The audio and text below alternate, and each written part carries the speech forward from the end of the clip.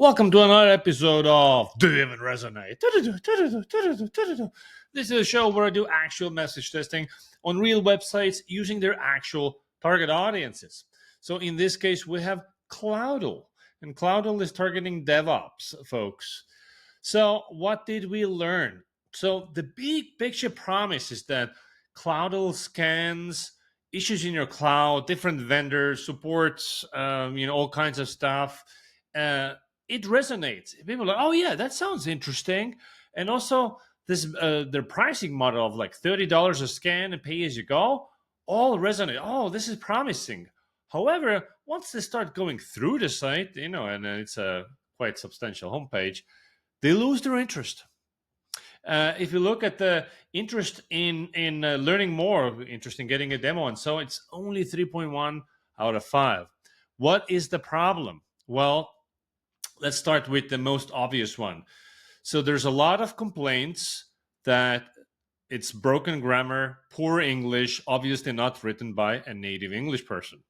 And it's fine to be a non-native English speaker. I am one too, but you have to understand that that is an issue. So there are no excuses to having a poor grammar on your website. Use ChatGPT, use Grammarly, use your buddy John and Jake. They can help you fix the grammar, because right now they read through all this stuff and they're like, what kind of an amateur wrote this? They don't take you seriously. So this is like level 0. You cannot have any grammar issues.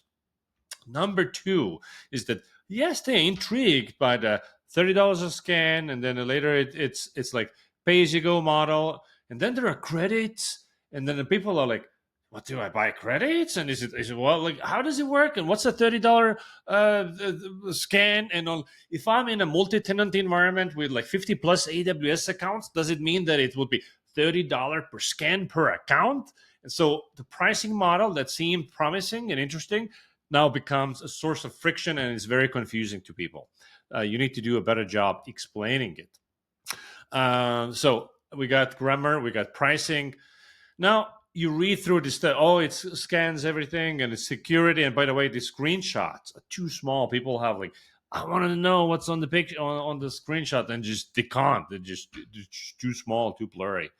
So got to fix that. But people are like reading the stuff, and it's like transparency and experts and security benchmarks, and they're like, well, 20 plus vendors in the exact same space say the exact same things. What are your real differentiators? Why would I choose you over 20 plus vendors in the space? Especially, everybody already has tooling like this. They mostly use Wiz, or there's Vanta that does it for free. So there needs to be a big draw for moving off of the current vendor into yours, but you fail to give any reasons to choose you over anybody else. And the overall pitch is extremely vanilla. You're presenting yourself as if you're the only one doing what you're doing, which is far from the truth.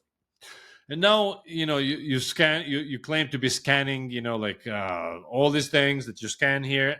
But and DevOps, who are techies, they're like, okay, so what does this actually scan? Why would I need this? It's unclear how much configuration do I have to do prior to the scan. What is labeled as a misconfig? And what security is being scanned? Is it firewalls? Is it roles? And so on and so forth. So DevOps are technical people who look far beyond, like lofty headlines. And so you need details. Like, they want to know what it is. And also they're like, who uses this? And they look at these logos here. Nobody's ever heard of any of these companies.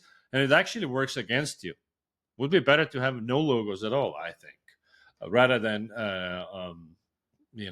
unknown names. So do a better job with the logos. A lot of people pointed this out. Let's see. Did I miss anything here?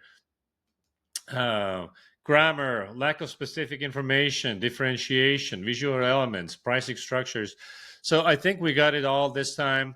Also, a couple of nitpicks. Like there are things that might sound cute, like, oh, cloud security minus pain equals Kloudle.